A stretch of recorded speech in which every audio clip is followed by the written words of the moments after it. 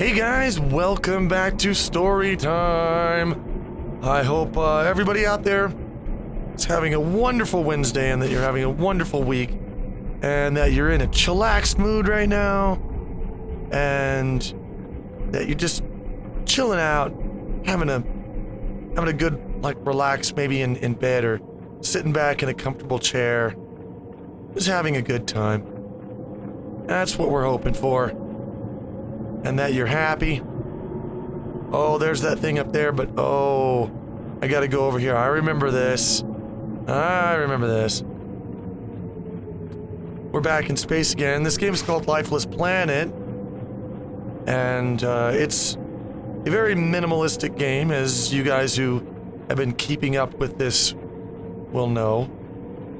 And we're just gonna play this game while I talk for a little while. Just talk to you. See how you're doing. See what's going on in your lives. Let me just grab one of the... Come here. Come here. Come here. Alright. I can't remember if there's another place that I'm supposed to put this or what. Where does this go? Does it go back here? I don't think it goes back here. I don't think it does at all. I think it goes in the front. No, it doesn't go anywhere over here. So this is, yeah. This is not where we put this. We are in the wrong location. And we will have to move. You know,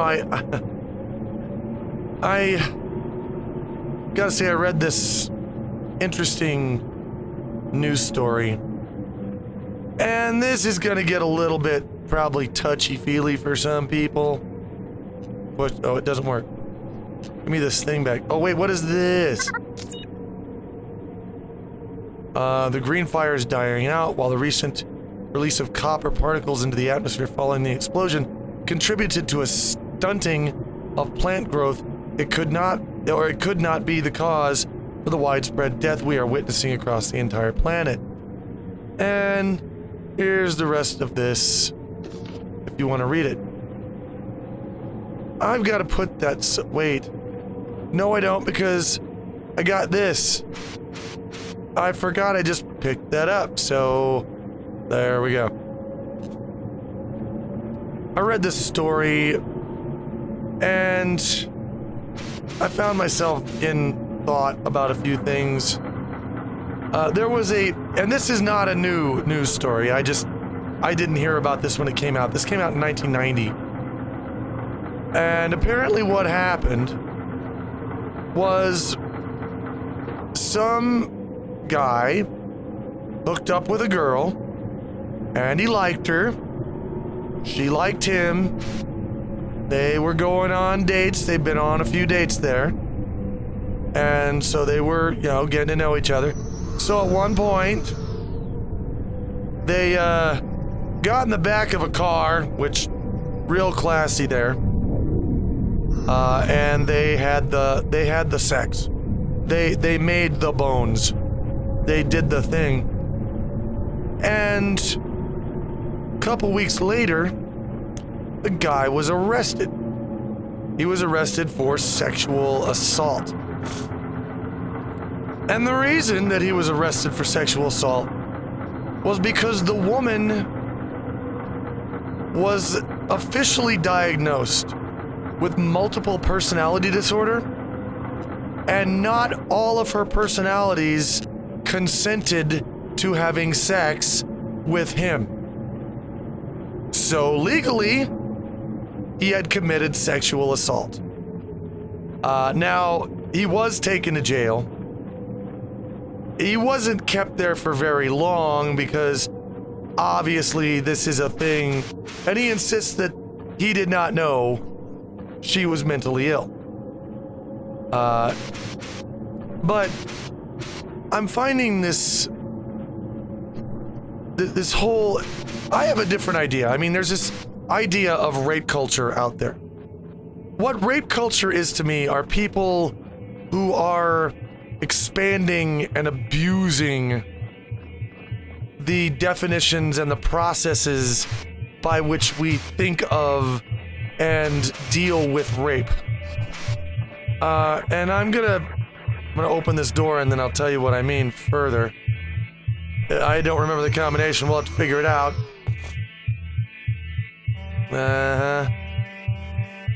Push. Nope. Okay, that's not it. How about that? That's... okay. What about this one? That's the one! I got lucky. Alrighty then. That is a big door! For those of you who don't recognize that, that is a Tron reference. I love that movie, Tron. And in we go. Alright. So, we're in a new area now. But anyway, what I mean is that there is... okay. I'm gonna be honest about this, and I've never spoken about this at length. I probably won't. When I talk about rape, hot springs, a lot of people like to get triggered. A lot of feminists like to, well, you don't even know, how can you make rape jokes? How can you talk? How can you even speak about it? And I don't, this is not something I care to bring up a lot, but I was raped when I was younger. I think I was about 13. I was raped by an older kid who was in the same school as me. And I never talked about it really. It sucked, and then I got over it. But so there's people that are like, well, you have no right to talk. No, I have all of the right in the world. And even if I wasn't raped, I still have the right to give my opinion on it. But having had that experience, yeah, I have total right to talk about it. And I think right now it's getting a little bit nuts because we have what I like to call soft rape, which is what happens when jetpack fuel depleted. What happens when, you know, a woman gets drunk, she goes to a party, and yeah, I've entered an area with unusually high geothermal activity. There's hot springs all around, and guys are shooting up out of the crust. Not as nimble as the woman climbing the rocks. I wonder if I can make use of these fountains to boost me up. My suit should protect me from the scalding hot water, but it could still be quiet. All right. Yeah, this gets a little nuts. It's kind of hard to do. Oh, come on. Does it just picks you up and it drops you? There's no real logical arc in this. Ah, come on. Oh, God. Yeah, janky. There we go. There we are. So yeah, you know, a woman getting drunk, going to a party, and then deciding to have sex with someone, but then the next morning, she decides that if she had been sober, she wouldn't have had sex with him, and therefore it was rape. Yeah, no. That's soft rape. That's what I called soft rape. And the thing about it is, that's legal. If a woman is under the influence of alcohol, and you have sex with her, in many states, it's already considered rape, whether she consents or not. Now, if a guy is drunk, and somebody has sex with him, is that considered that you raped him? No. Nope. Only if it's a woman. When it's a woman and she's had alcohol, then she is not responsible for her actions. And this makes me wonder, could she just get into a car, run over a family of 4, kill them all with her car, but she's not responsible for her actions because she's been drinking? No, that doesn't make any fucking sense. This whole soft rape thing, I don't agree with at all.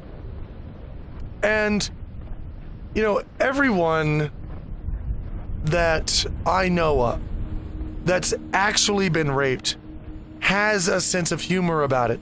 They don't dwell on it. They don't victimize themselves with it. They just don't. The only people I know that play the victim card for being raped are people who woke up in bed next to somebody that they, a week later they didn't want their Facebook friends to think they actually liked. So they pointed at him and called him a rapist. Oh yeah, well I've been raped. No, you haven't. No, you haven't. And I get tired of seeing all the rape. But anyway, my point was going to be, I think that the feminists and the people who are, so adamant against rape are working against their own cause. They don't want rape minimalized. When you tell rape jokes, you're minimalizing rape, and that makes it okay for people who are raping. They think it's okay. No, I'll tell you what makes it seem okay to rape is when you point at every male and call them a rapist for one reason or another.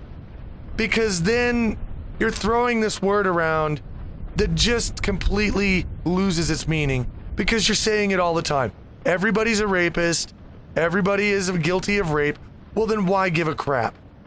You're constantly saying that, women need to be empowered to come forward when there is rape and report this rape, and they shouldn't be ashamed of it, and they should, definitely press charges.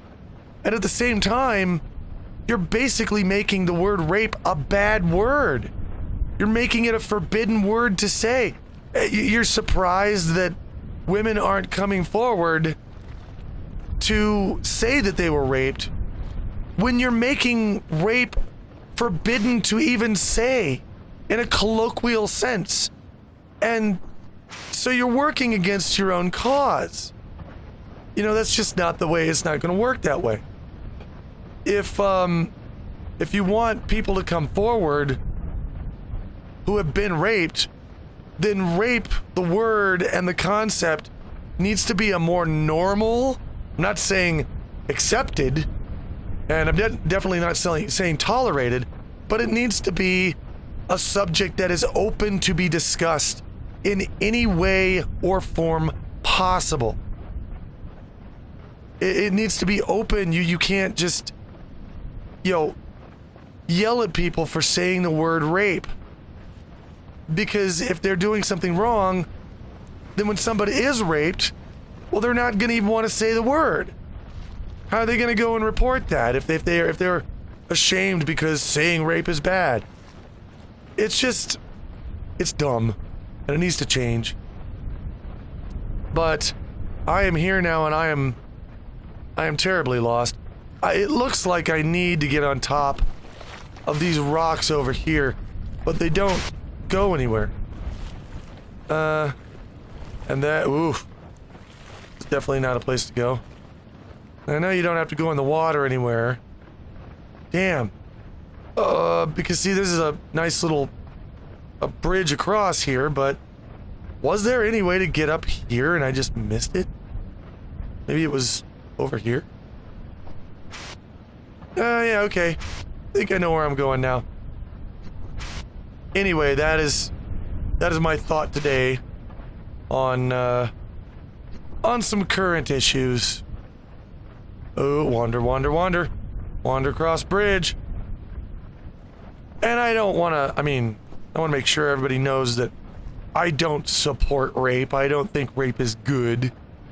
It's definitely bad. But I just think that hushing people up and silencing them about it,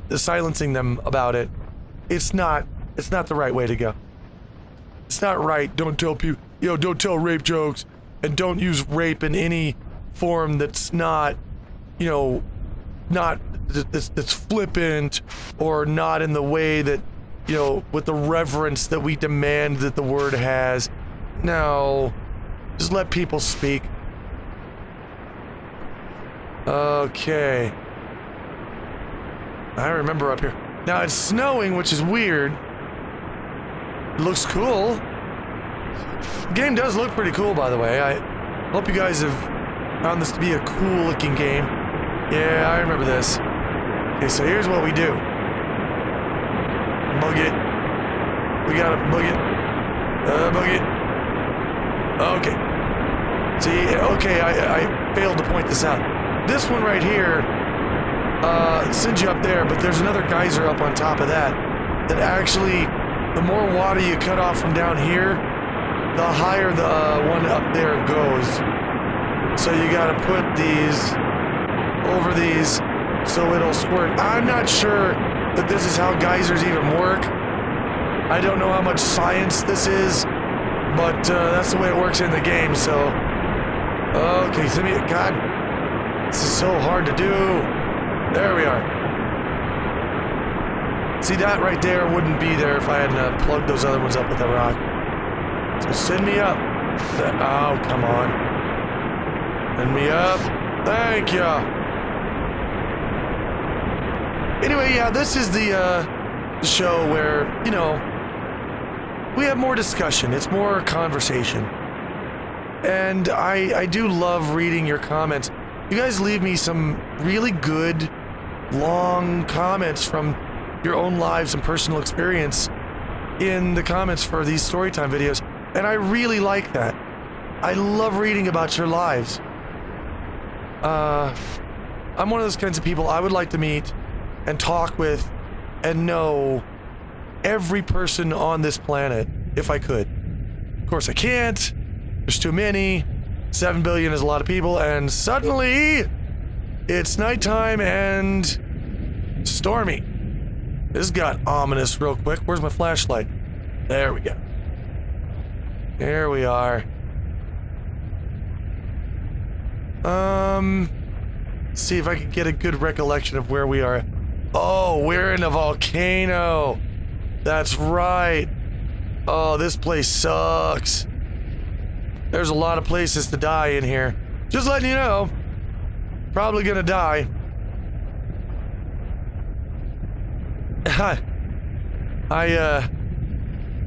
Is there anything over here? I can't remember. Is there a way to go? Is this how we do? This may be how we do. Wait, there is a place over here. Yep. I need that. And I don't think there's anything past this except death. I think this is the only place to go here. So, back we go.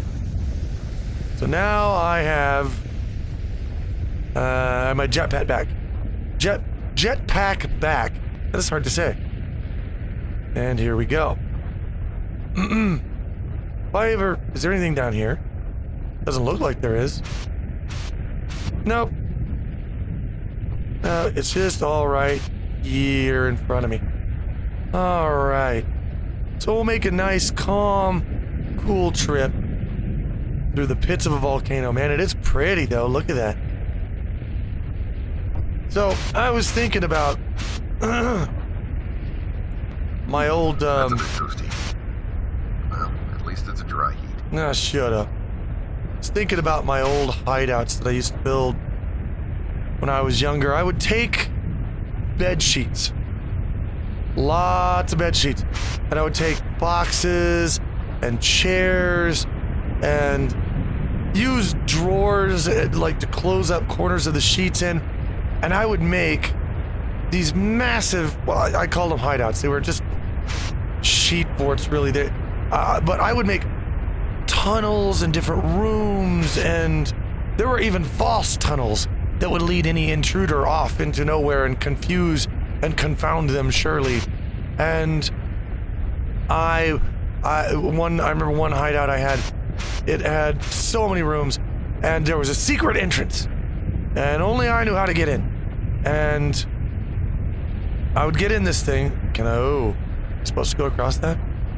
I would get in this thing, and I had the game room. It had my Atari in it, and a TV setting up on a little table, and I would play games in there.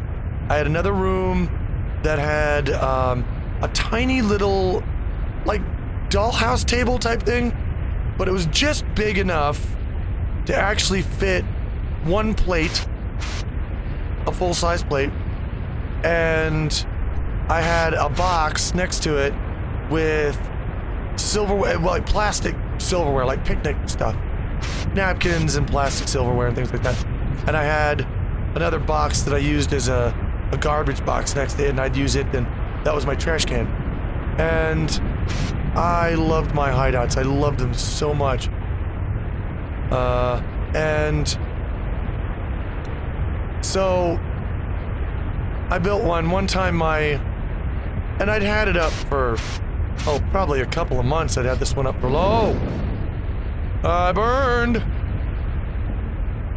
Gotta remember to go over that next time. Oh God, where did I had this one up for a few months, a couple of months. Was it this way? Which way did I go? I think I was over here. And I enjoyed it, I was having fun. My mom was in a particularly murderous, violent mood one day, which she got into sometimes. Is this the end of the road? Oh, wait a minute. Okay, yeah, I can go over to here. See that tower right there? I need to go around and screw with that, if I can remember how to do it. So she was in a really bad mood one day, and she started tearing it down. And I had spent a lot of time on there, and I'd actually gotten so comfortable in there, and I got to know that hideout, and I loved it. And she was tearing it down. So she grabbed a couple of sheets and just jerked them out from under everything and just tore it down, and I was yelling at her not to do that, and I grabbed one of the sheets, and she shoved me, and I slipped, and I landed on one of these old space heaters that you saw in the 80s that had these very, razor-like thin vents on the front, and my toe went right in between it. And I pulled my foot, and it pulled the heater a little bit along with it, and then it went pink, and it came out of the heater, and my toe was left inside the heater. Completely cut my toe off. And obviously my mother was sorry later for what she'd done, and she didn't, I wouldn't consider it a major sin, what she did. She turned me around, she shoved me the other direction because I was trying to take the sheets away from her because I didn't want her to tear my hideout down. And she just pushed me, and I slipped on something. It was a piece of paper or something. But, so, we got the toe out of the heater. We put it on ice. And, come on, book it. And we went to the doctor. And the doctor wasn't even a surgeon, really. It's an emergency room doctor.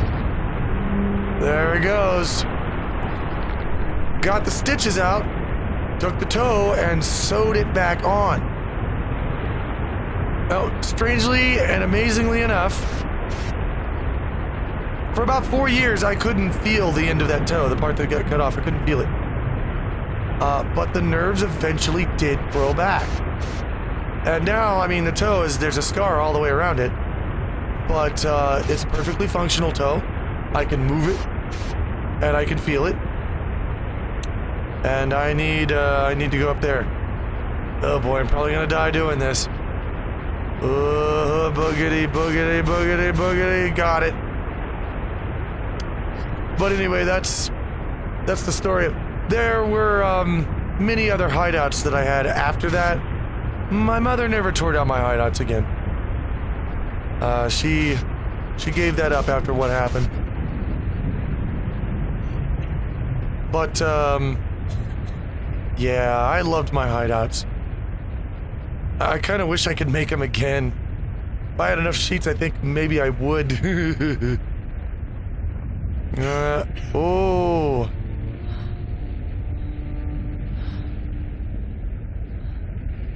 Помоги, подними. There we are. Nadia, She needs to go way up here. Dams. All right, girl. You know, you've been pretty good to me so far, so I'm gonna save you. But I'm gonna save you when we return to story time. And I want to thank you guys for coming and chilling out with me today. I swear to God, not every story in my life is a bad one. I know that I make it sound like everything that's ever happened to me in my life ended in tragedy, but that's not true. It's just the ones that I'm thinking about while I'm playing games, they often do end in bad stories because they're the most dramatic ones, you know? But I swear I will find more positive stories to tell in my life because there have been many. And I will see you all again in the next Storytime video. Guys, take care and have a great rest of your week.